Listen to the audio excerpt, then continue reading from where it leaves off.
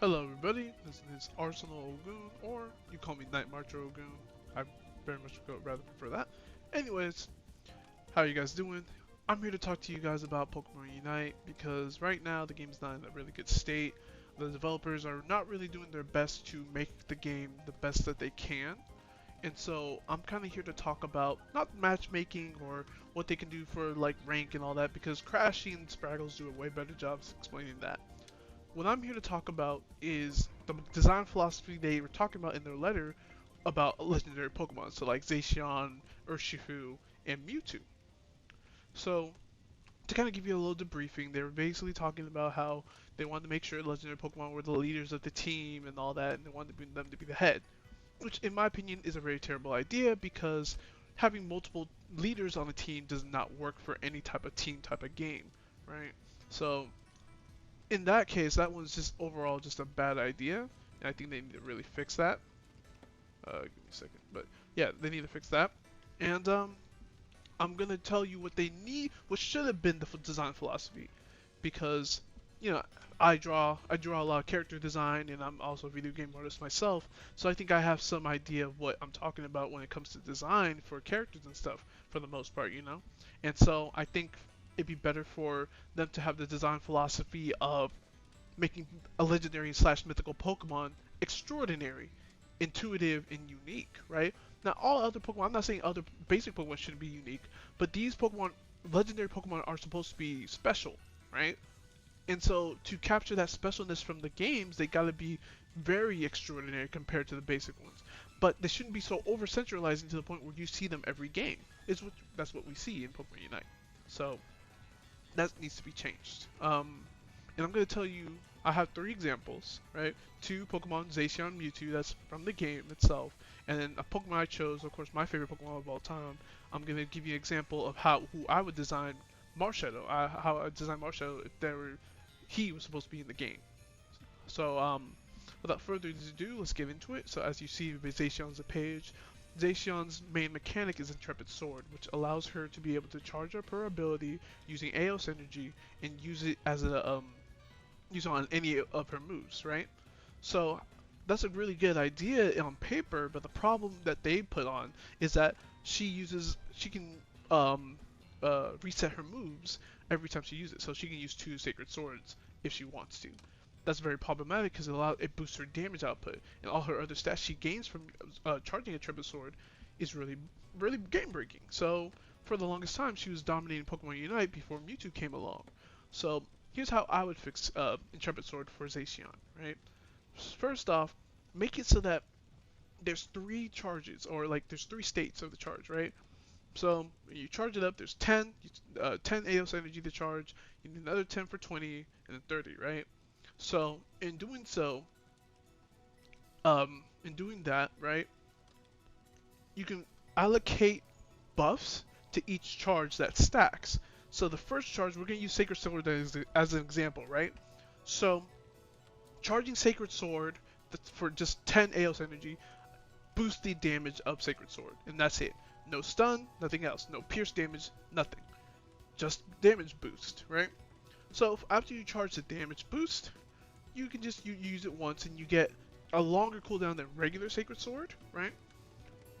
And it just allows you to do damage.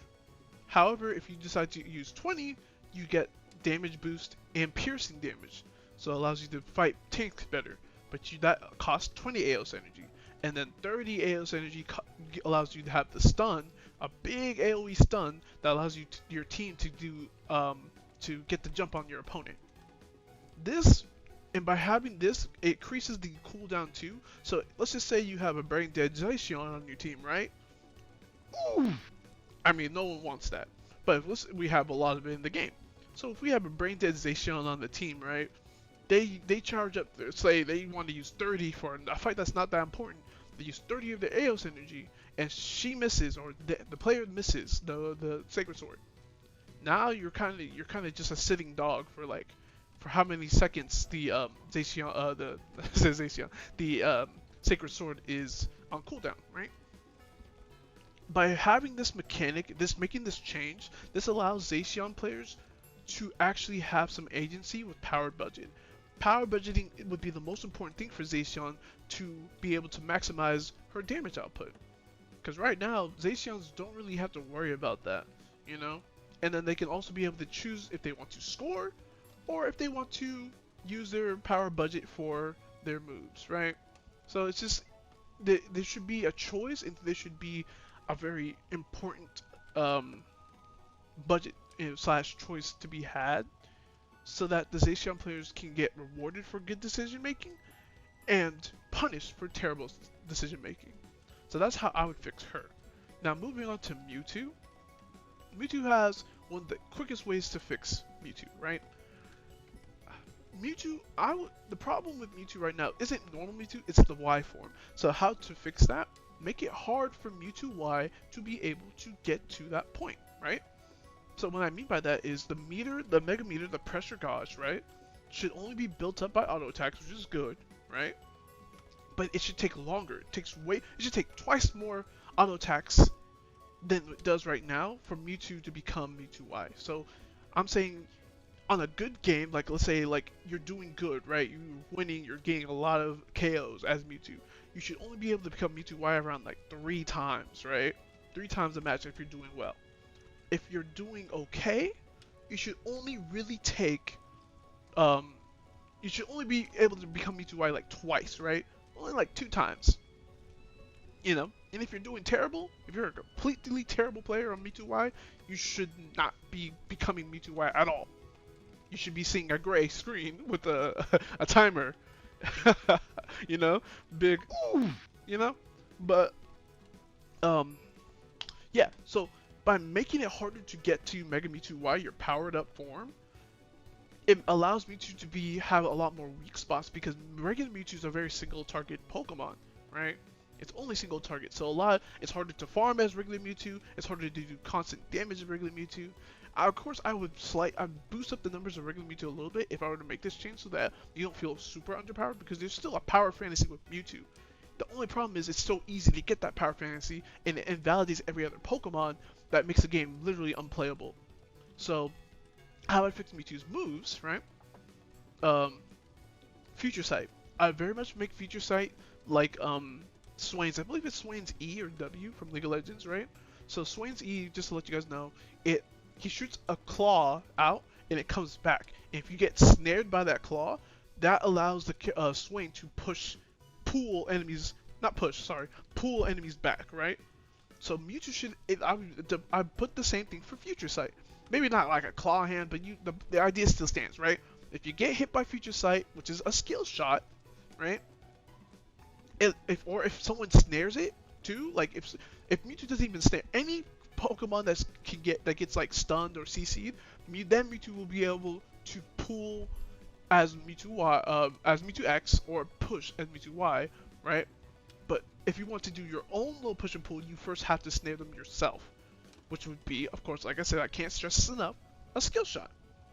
That way, Mewtwo Y has a lot more skill that has to be involved rather than just press point and click, you know what I'm saying? So that's how I fix Future Sight. Side Strike, just take the unstoppable away. Side Strike is fine. The problem with Side Strike is it makes you unstoppable, right? And by making you unstoppable, it just invalidates a lot of CC that would definitely hurt Mewtwo. Because Mewtwo can't do anything but use Side Strike when he uses Side Strike, right? I know that sounds confusing, but it's like, you can't press any other buttons when you use Side Strike. You're locked on until the move is done, right? Until the move is done.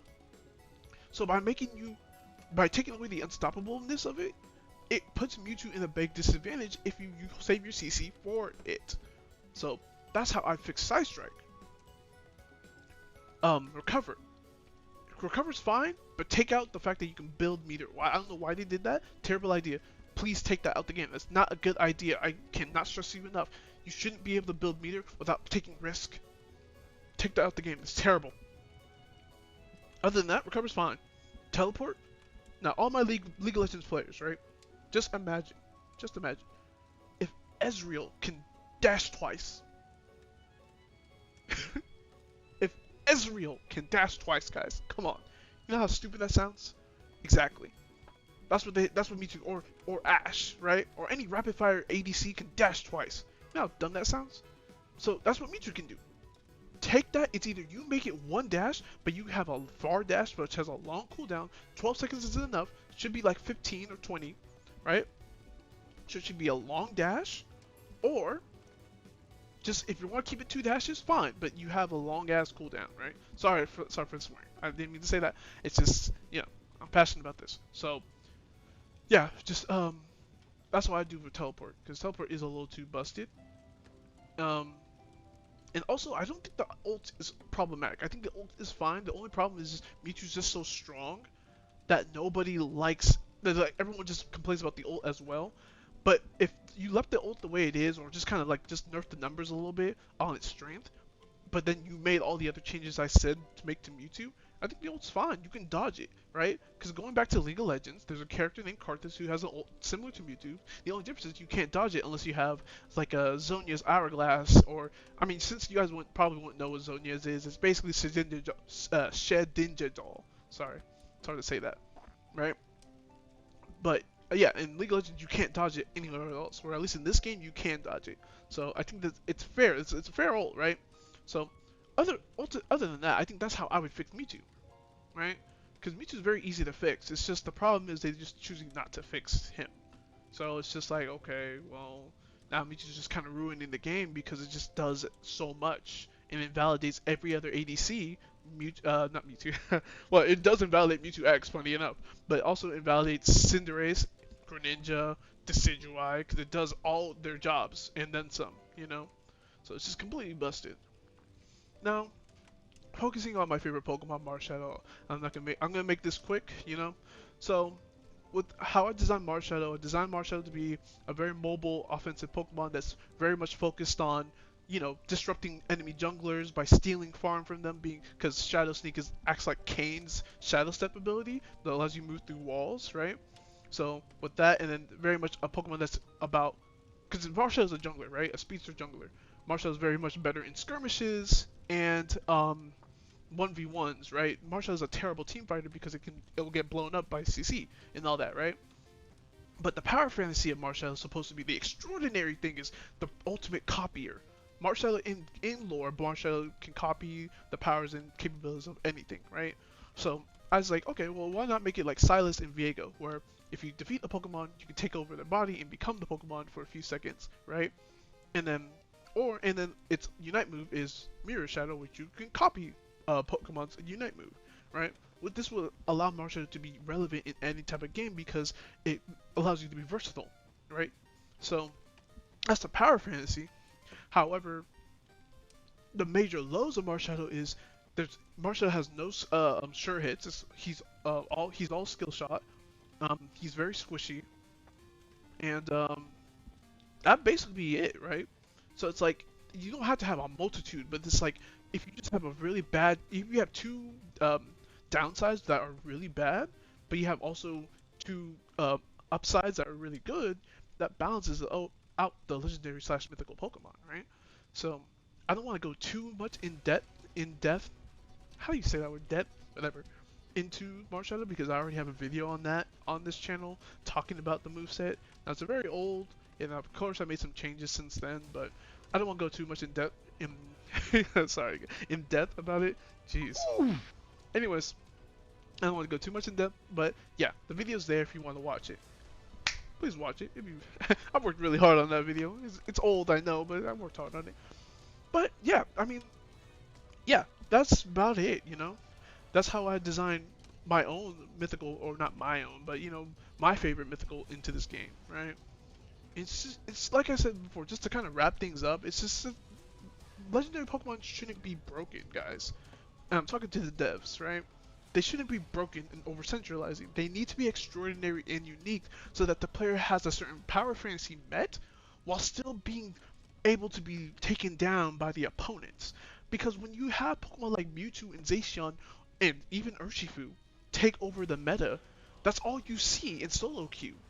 And they're the supposed leaders of the group, right? It just makes it so that they're over-centralizing. You don't see any type of diversity in the Pokemon game. And it's already bad enough that there's no draft pick, so you can't ban these guys, so you're just constantly seeing it. This is why so many people stop playing the game and are tired of seeing it, because it's not unique. It's not fun. It's just you see the same thing. It's repetitive, right? So hopefully my suggestions on how to fix them and to change your design philosophy for legendary Pokemon and mythical Pokemon, I hope my design philosophy changes your own philosophy because sorry to say your philosophy is flawed. It's very flawed. It doesn't make sense and it's ruining the game, right? The reason why I'm making this is because I love legendary Pokemon. I love mythical Pokemon the most. Mythical Pokemon and legendary Pokemon are my favorite types of Pokemon in the game, and it hurts seeing everybody constantly feel worse and not and feel like and constantly berate legendary and mythical Pokemon and dread them being added to the game just because you did terrible jobs on Zacian, Urshifu, and Mewtwo. You know what I'm saying? I'm heavily anticipating to see Marshadow in the game, but it would suck to see Marshadow be finally put into this game and to have constant beratement just for using my favorite, you know? So it's like I'm hoping that if somehow by the grace of God, if you guys are able to see this video or somebody who works with you guys be able to see the video, that they can convey what I'm trying to convey here, you know? Because I want to see more legendaries. I want to see more mythicals. I love them. But it's hard to want them if they're gonna be more Zacian-like and Mewtwo-like. They gotta be extraordinary, but they have to have some weaknesses to be exploited. That's all I'm saying. So, without further ado, thank you guys for staying here for as long as it is, as long as I've been talking and rambling. You know what I'm saying? I just want to make sure that people understand, because the matchmaking and balancing is very important, but I also think design philosophy needs to be talked about too, because not many people are saying that, but that's usually, if the design philosophy, that's like the base. If that's not changed, you're just gonna see more Zacian and Mewtwo's. And if we can change that philosophy, hopefully, if we can change that to be something more healthier for the game, we're not going to see Zacian and Mewtwo likes anymore. We'll see stuff how I designed them, where they have amazing and fun abilities that allows them to be beneficial, but used in the wrong hands or used incorrectly can be a detriment as well. Now, anywho, I talked on long enough. Thank you guys so much for hearing my rant and my letter to the Pokemon Unite development team. This is Night Marcher Ogun. Until we march again, guys, I hope you guys have a good day. Follow me on social media. I'm on Twitter, Instagram, especially Etsy. I have my own Etsy shop. I sell a lot of cool Pokemon merch there too if you want to see all that. And yeah, so excuse me, without further ado, again, until we march again, guys, you guys have a good one. Thank you.